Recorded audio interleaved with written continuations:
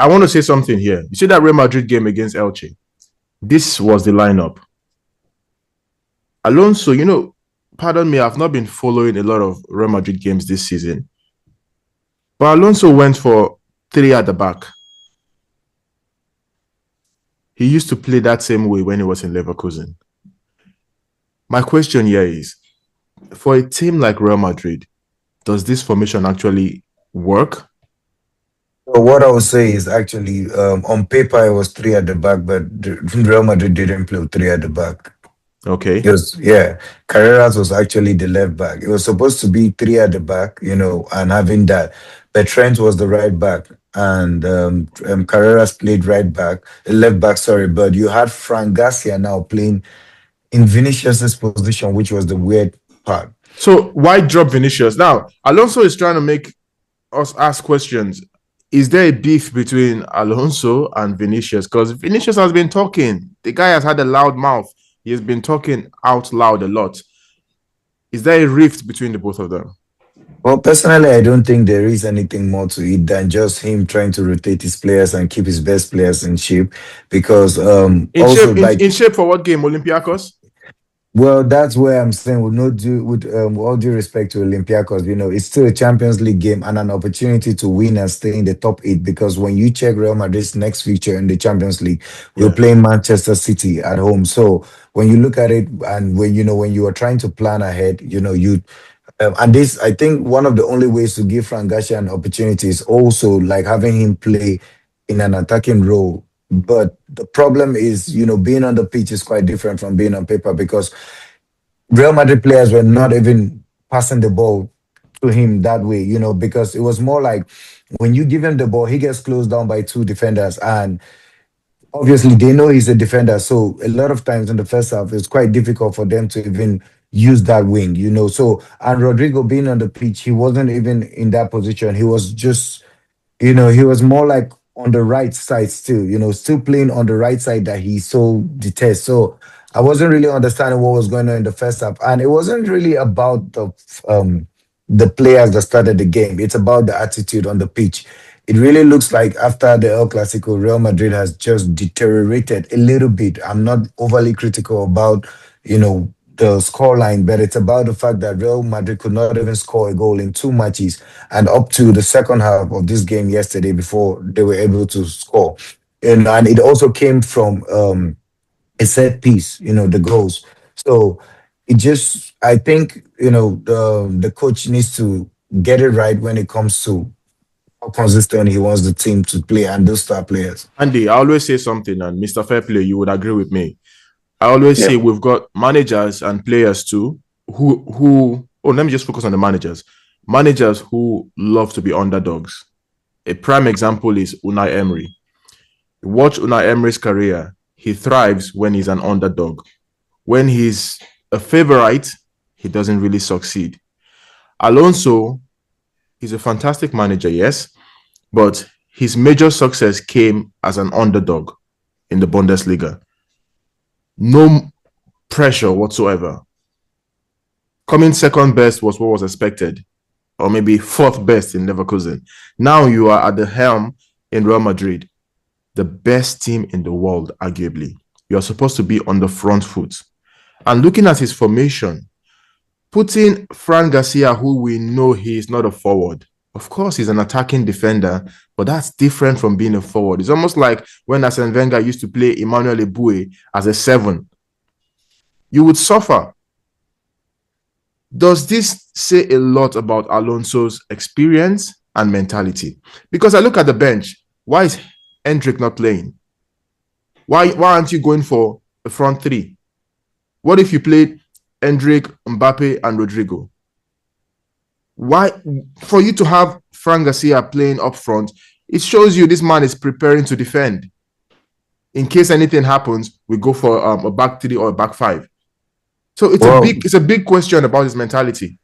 I don't really want to be overly critical about his mentality, but in all fairness, Elche is actually a very good ball playing team since they've been back at La Liga this season. Since I when? started, Since wait, no, when did? wait, Since no, when did wait. Real Madrid start caring I know, about no, no. Elche's ball You see, play? but that's the thing because even this season they had a good game against Barcelona. They haven't lost at home this season, Mhm. so you have to put all these factors into consideration. They haven't lost at home. They've won three and drawn But this is three Real prior to Madrid, bro. I know, but that's what I'm saying. I say like that's what I'm saying. I don't want to be looking at it like he was being defensive, but having Frank Garcia, like you rightly said, in the lineup in an attacking position is only going to be, it's only going to weaken your team's attacking prowess. And it showed in the first half, we weren't creating enough chances. I will tell you for a fact that Elche created the best chances in the first half.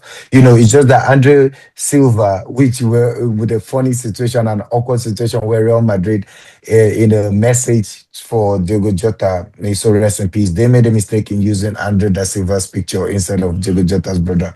Wait. Yeah, so but let's not go into that. But yeah, he forgot his shooting boots.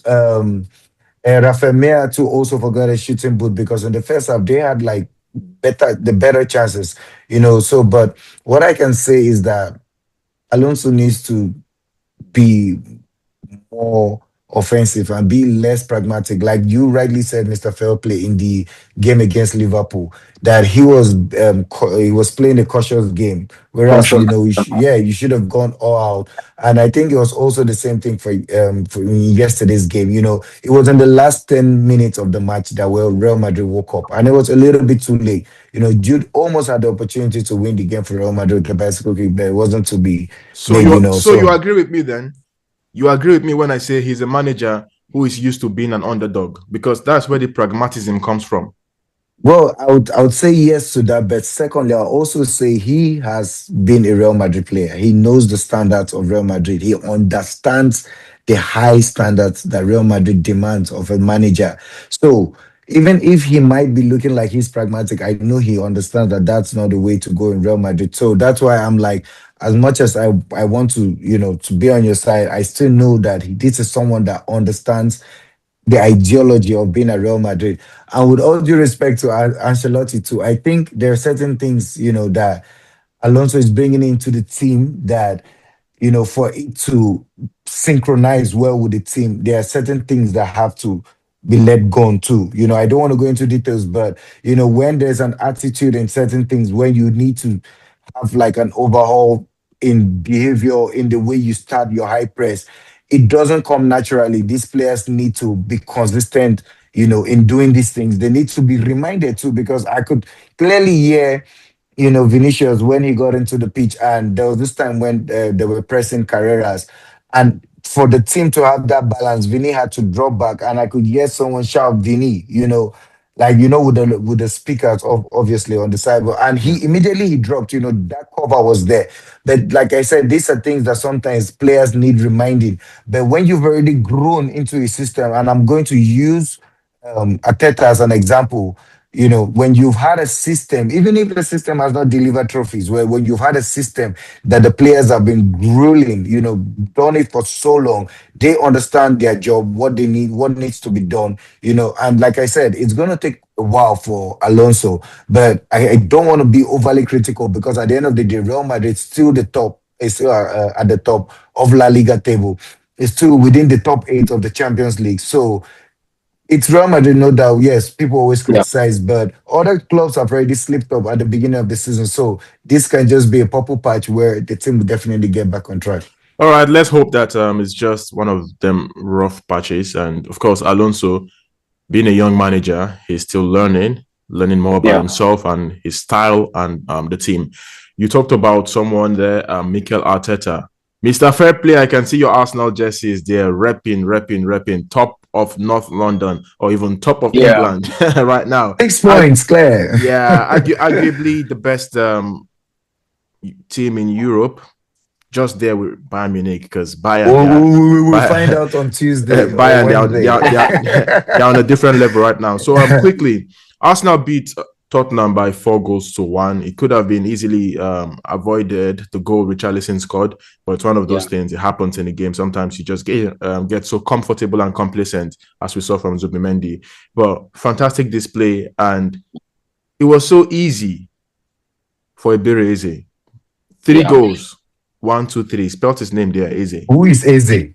Who is Eze? Yeah. Who is Don't, easy? don't mind him, man.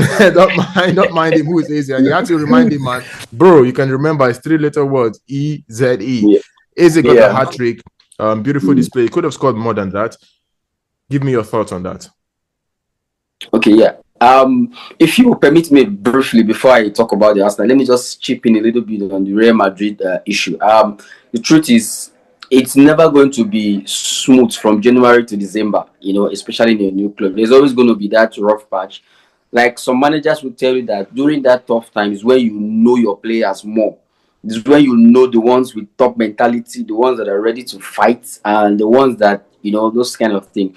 So it's always going to be that little in and out, and then during that period you see managers start making even the smallest of things like this. They will make mistakes, change in starting 11 unnecessarily, and then there's been that little bit of tussle of power. Alonso wanted to be fully in charge, letting the players know that this is my team. I am in charge. I can drop anyone. I can start anyone, and all of that.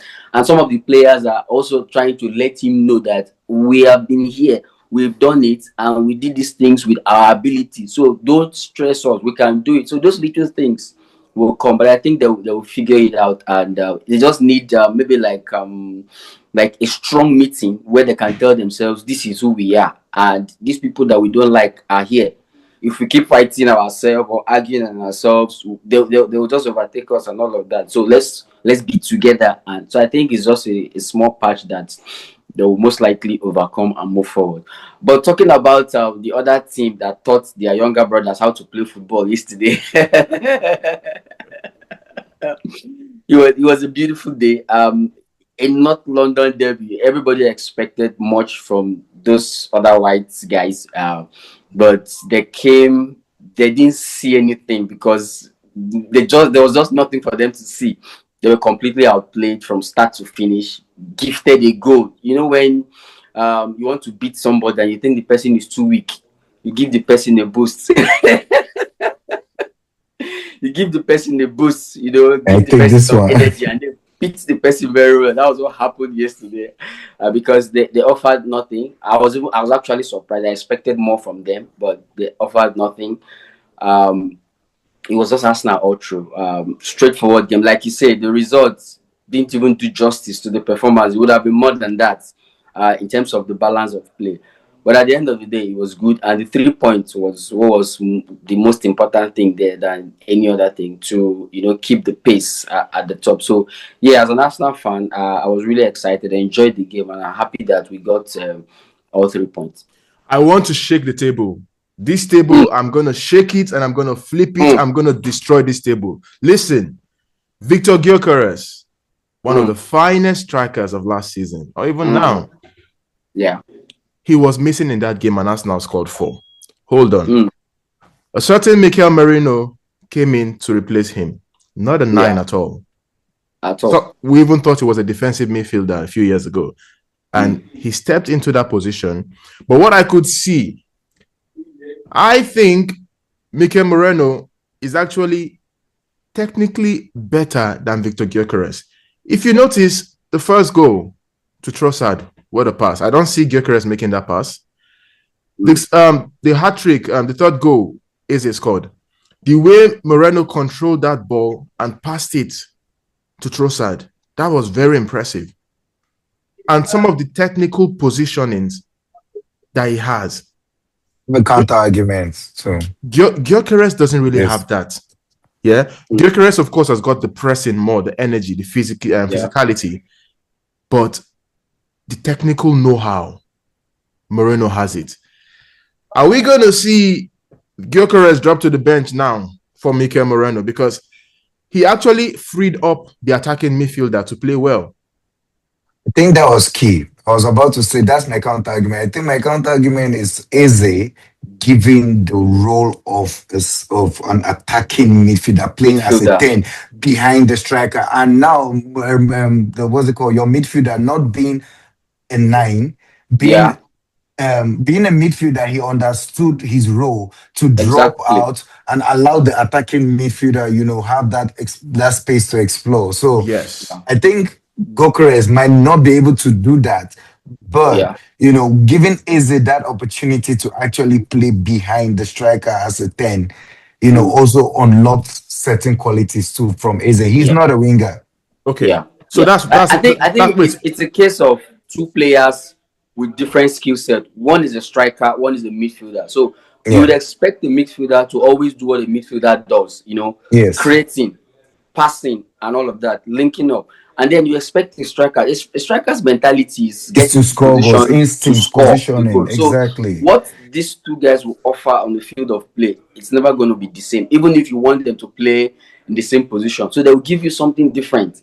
Do you understand? So Merino did this thing yesterday. He was fantastic. He did a very good job as a center forward, linking up play, creating chances, and all of that. But you could see that since he's not a striker, there were some movements towards the box that he would have made that he didn't do. But at least it wasn't necessary yesterday. But Gyökeres, on the other hand, does his thing differently, presses very well. Sometimes his runs alone can drag 2 to 3 players away for other players to exploit. So the key thing there is everybody, taking advantage of the opportunity to play and making it count. And I think that's the most exciting thing for the manager. If you find another defender coming in for Gabriel Because I was and about to say that, yeah, just that Hincapié, just like click. So that's the most important thing. making it Whoever work too. plays, just give something to the team and ensure that your presence is felt. And that was what Merino did, and it was a good thing for the Okay. team yesterday. Now, tactically, Mr. Fairplay, you watch Arsenal's game a lot. You will agree with me. Eze played as a proper attacking midfielder, or almost like an SS, a second striker. Yes. Right? Yes. The difference between how Eze operates and how Arteta, how Odegaard operates, in my opinion, it's not down to Odegaard. I think it's down to Arteta. This is it. Watch when Odegaard plays. Odegaard doesn't play as a second striker. Odegaard kind of plays like a right-sided attacking midfielder. He's always positioned just behind Saka.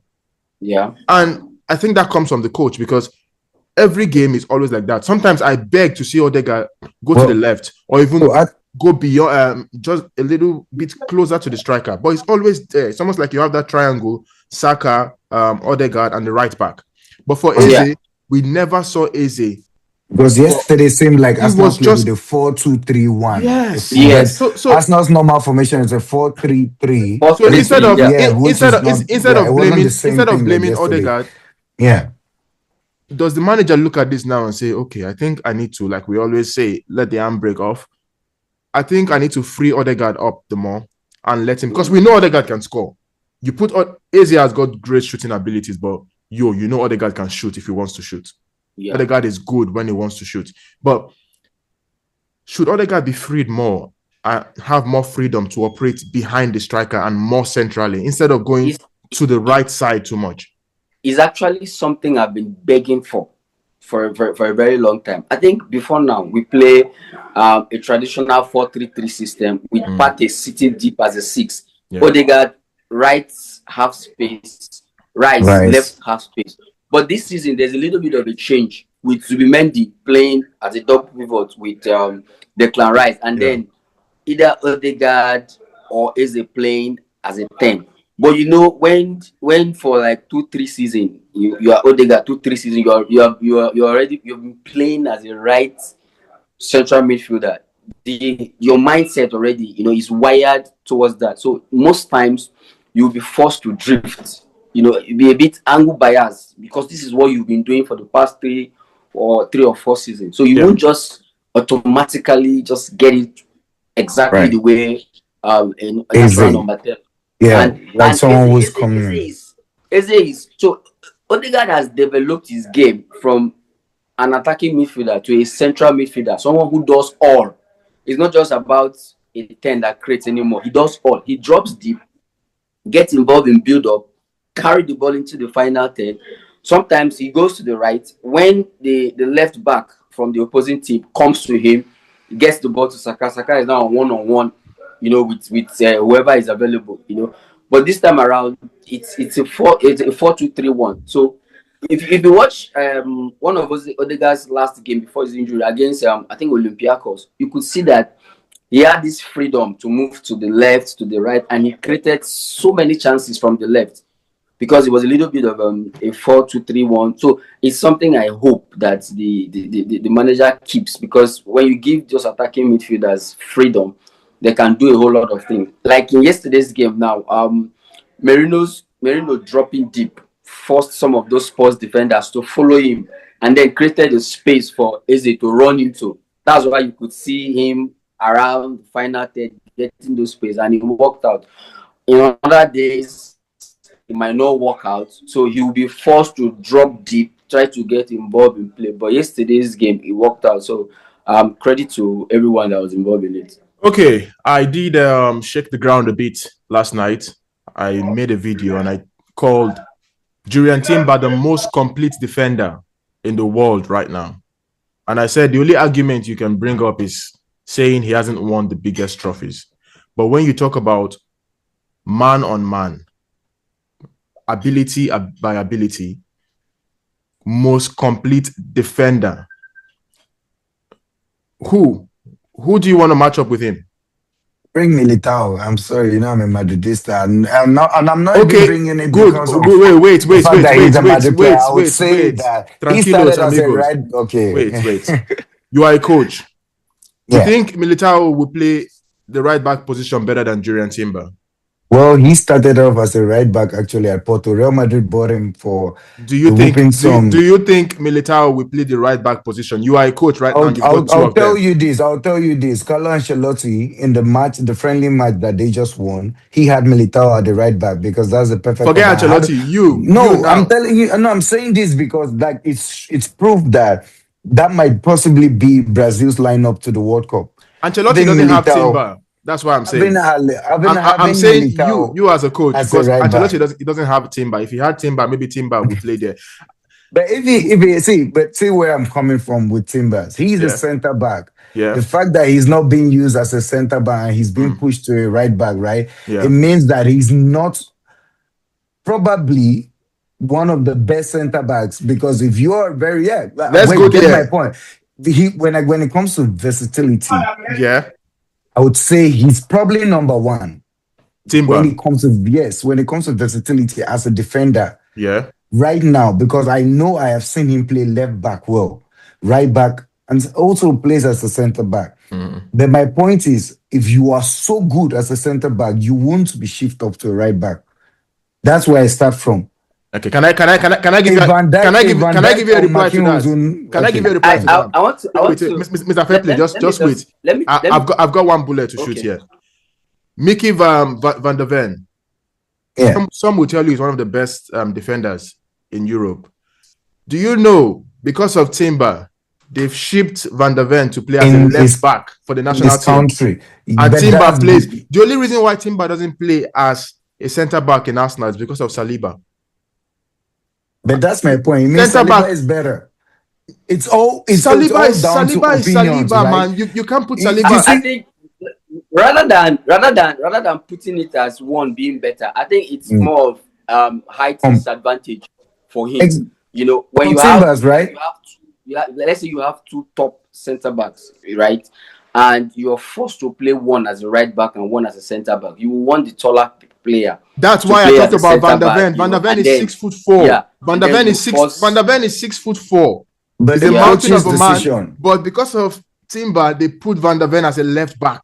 In the country. That's what I'm saying. It all boils down to personal opinions, because Arteta could easily do this too. Don't forget the question. Easily say, bro, you can't drop Saliba, man. Exactly, but that's what I'm saying. Why? Because Saliba is actually better as a centre back. Yeah, you're not dropping him not because. Don't forget the question. The question here is the most complete defender.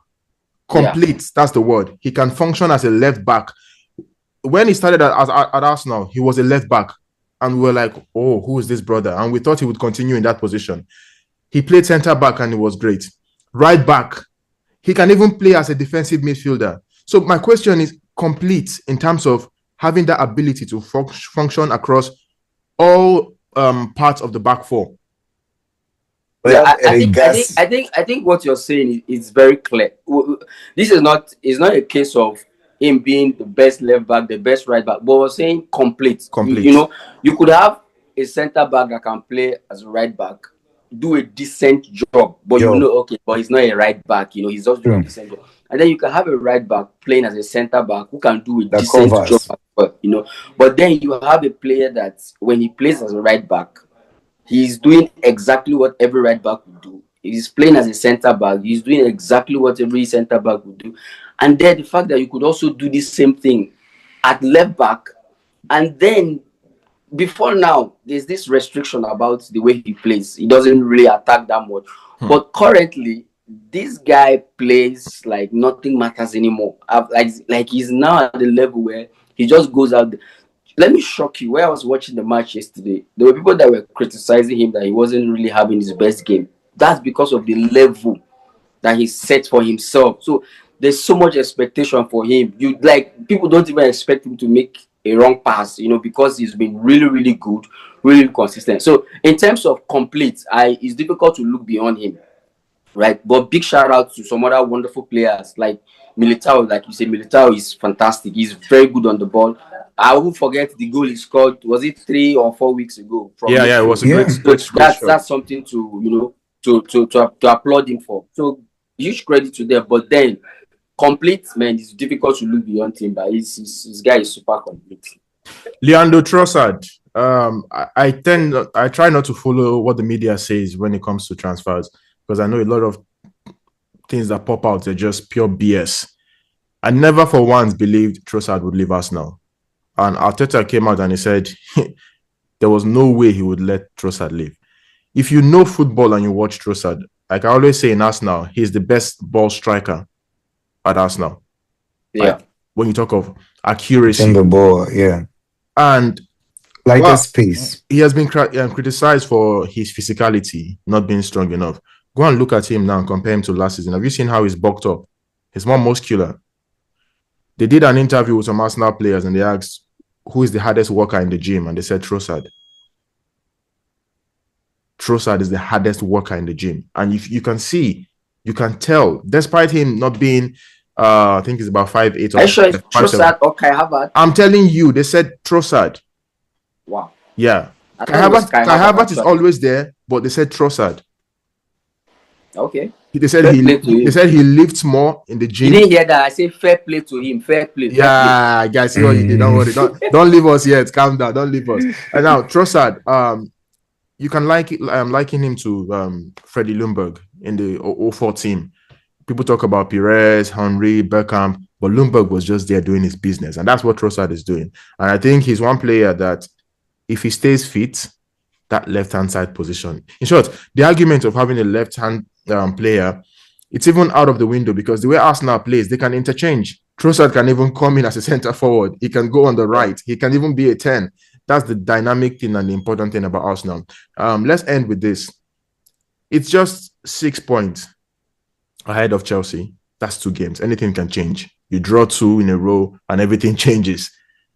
But as it stands, Arsenal are the favourite to win it. What can stop Arsenal from winning this league, Mr. Fairplay?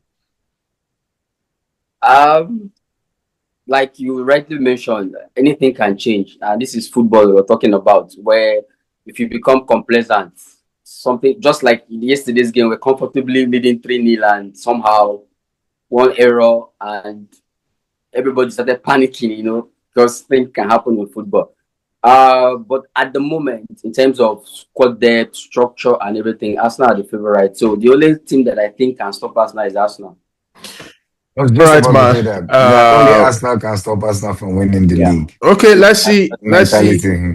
Come April, we'll be here to see how it goes. Thank you so much, guys. Hopefully, and please make sure you like, you share, and you subscribe to this channel. Thank you, Handy. Thank you, Mr. Fairplay. My name is Sasepi. I'll see you next time.